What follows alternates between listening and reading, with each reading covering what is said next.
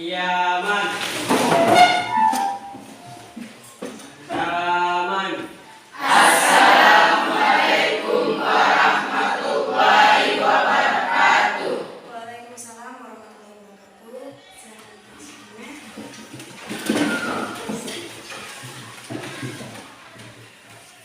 Sebelum kita mulai pelajaran, satu orang bisa maju depan kita mainkan lagu wajib nasional Indonesia Raya. Yang ada yang depan bisa.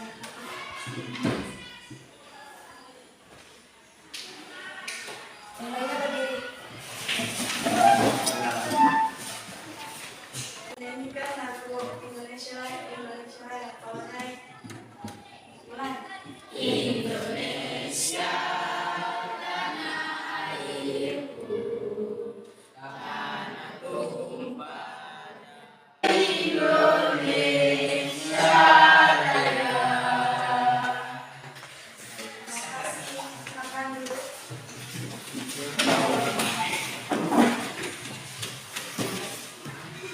Anak-anak, bagaimana kabar kalian hari ini? Semoga selalu dalam keadaan sehat ya. Amin. Sekretaris, nanti absennya setelah pelajaran selesai kasih ke ibu ya. Ya bu, ibu. Nah, sebelum ibu melanjutkan pelajaran, ibu mau tanya sama kalian. Kalau kita mau beli sesuatu, itu biasanya dilakukan di mana? Pasar. Ya, betul sekali. Jadi hari ini kita akan belajar mengenai pasar dengan kompetensi dasarnya yaitu terbentuknya keseimbangan pasar dan struktur pasar, di mana ada 4 tujuan pembelajaran yang akan kita lakukan hari ini. Yang pertama menjelaskan konsep pasar dalam perekonomian, yang kedua menjelaskan peran pasar dalam perekonomian, yang ketiga menjelaskan macam-macam pasar, dan yang terakhir menjelaskan struktur atau bentuk pasar barang.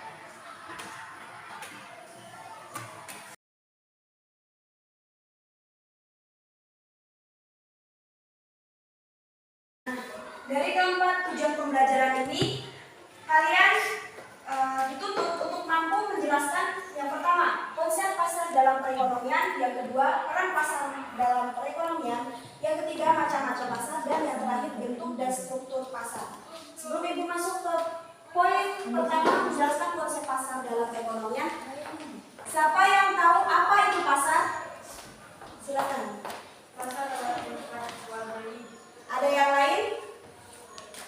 Pasar adalah tempat bertemunya penjual dan pembeli untuk melakukan transaksi. Betul sekali, tepuk tangan untuk kedua teman kalian. Pasar ini sangat penting dalam perekonomian. Kenapa? Karena pasar menjadi pusat perekonomian dan menjadi pusat kegiatan ekonomi yang ada di dunia. Tanpa adanya pasar, maka kegiatan ekonomi tidak akan bisa dilakukan. Dari sini ada bisa paham kan apa itu pasar dan pengertiannya? Bisa kan? Ya. Jadi, karena Bapak sudah menjelaskan mengenai pasar itu apa, maka akan membagikan kalian dalam 3 kelompok untuk melakukan diskusi mengenai peran pasar dalam perekonomian, macam-macam pasar, dan bentuk serta struktur pasar itu sendiri. Untuk itu, Ibu akan minta kalian membagi jadi 3 kelompok. Ya, untuk kelompok 1 cari materi mengenai peran pasar dalam perekonomian, kelompok 2 macam-macam pasar, dan kelompok 3 bentuk dan struktur pasar. Ibu kasih waktu 10 menit. Setelah kalian cari materi, kalian diskusikan terlebih dahulu dengan teman kalian dan presentasikan. Bisa? Bisa.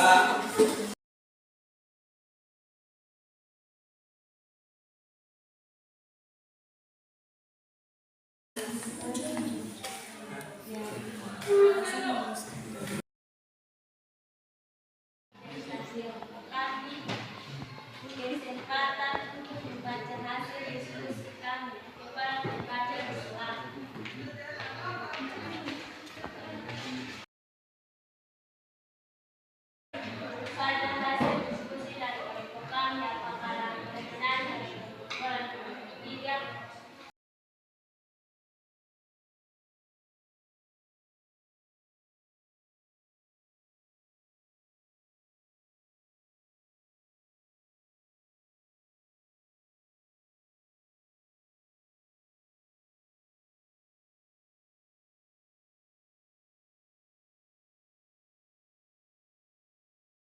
Assalamualaikum warahmatullahi wabarakatuh. Waalaikumsalam.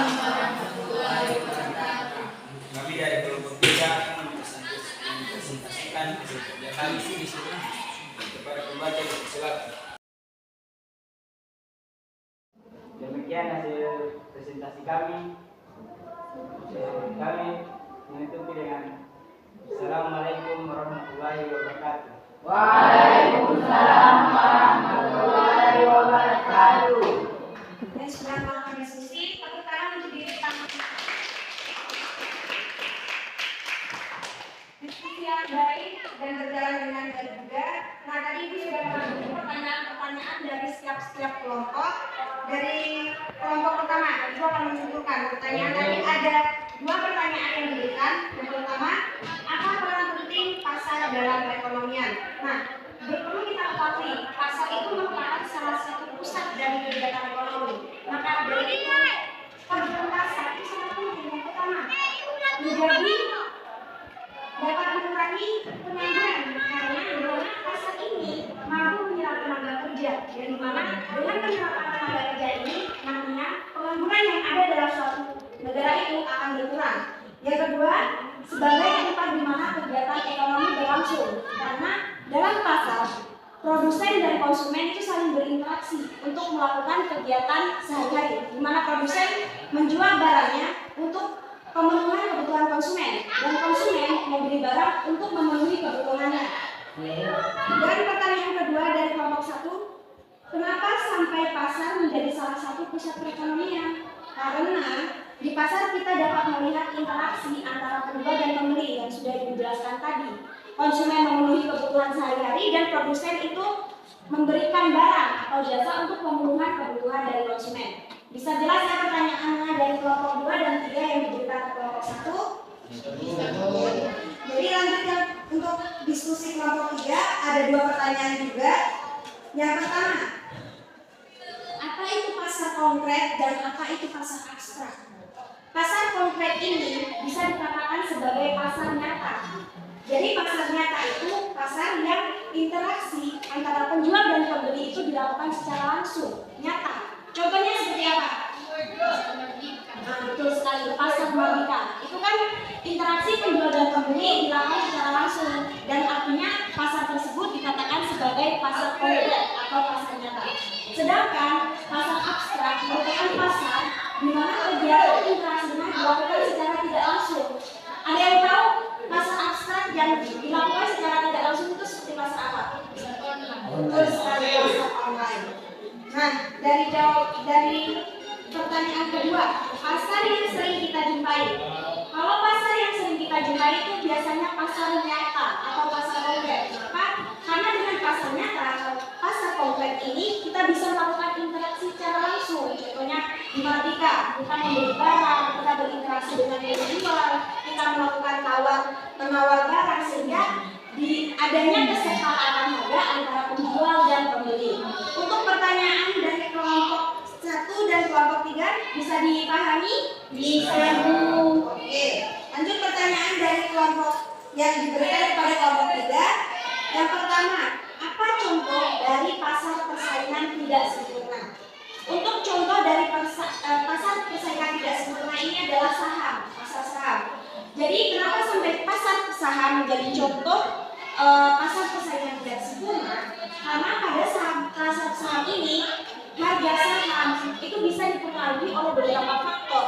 Faktor ini biasanya mempengaruhi sehingga di pasar saham sana harga saham itu tidak tetap. Misalnya tahun ini saham Indomaret, saham dari Indomaret harganya 2 miliar. Bisa saja kemungkinan besar saham itu bisa turun di kemudian hari karena beberapa faktor seperti jumlah pembeli, jumlah investor yang menanamkan modal itu bisa mempengaruhi sehingga saham itu bisa turun atau naik harganya. Jadi pasar tidak sempurna ini harganya itu tidak tetap. Pertanyaan yang kedua yaitu faktor yang apa saja yang mempengaruhi adanya pasar persaingan sempurna?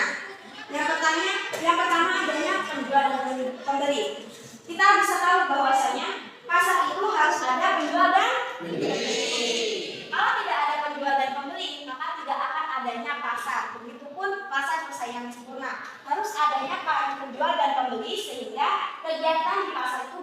langsung. Yang kedua, barang yang diperjualbelikan bersifat homogen atau sejenis. Jadi kita tidak bisa membedakan barang satu dengan barang lainnya karena barangnya yang dijual itu sama atau homogen. Yang ketiga, kebebasan dalam membuka atau menutup pasar tersebut. Yang keempat, pengetahuan yang sama yang ada penjual dan pembeli. Contohnya tadi, karena barang yang diperjualbelikan itu homogen atau sejenis, maka penjual tahu, oh, barang yang dijual oleh penjual A itu jenisnya ini dan penjual B sama karena homogen. Dan yang terakhir yaitu perpindahan sumber ekonomi yang dilakukan cukup sempurna karena di sini pasar persaingan sempurna. Contoh dari pasar persaingan sempurna ini biasanya itu pasar buah-buahan yang menjual hanya satu jenis buah-buahan, maksudnya bukan satu jenis buah-buahan tapi buah-buahan saja yang dijual. Dan pasar beras, karena dikatakan pasar beras berarti yang dijual itu adalah hanya beras. Oke, bisa dipahami anak-anak? Bisa. Oke, sebelum kita menutup materi kita bisa duduk kembali ke posisi masing-masing. Untuk kegiatan diskusi kita hari ini sudah selesai. Sebelum kita menutup pembelajaran hari ini, satu orang bisa menyimpulkan apa yang sudah kita bahas hari ini. Kesimpulan saya adalah peran pasar dalam kegiatan perekonomian, diantaranya pasar sebagai produsen yang menyediakan barang dan sebagai tempat promosi, jual beli barang hasil produksi. Jadi pasar merupakan suatu unsur dalam kegiatan perekonomian yang sangat berperan penting dalam pelaksanaan kegiatan perekonomian. Terima kasih. Nanti kita berikan tepuk tangan.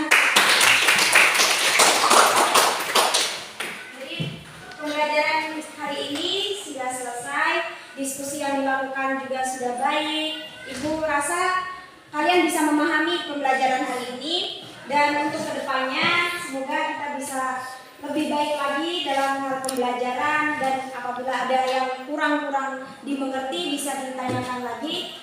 Sebelum kita mengakhiri pembelajaran, ketua kelas maju ke depan pimpin doa.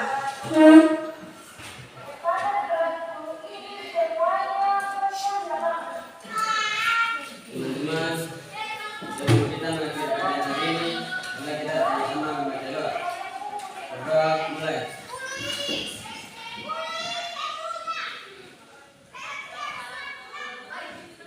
Amin.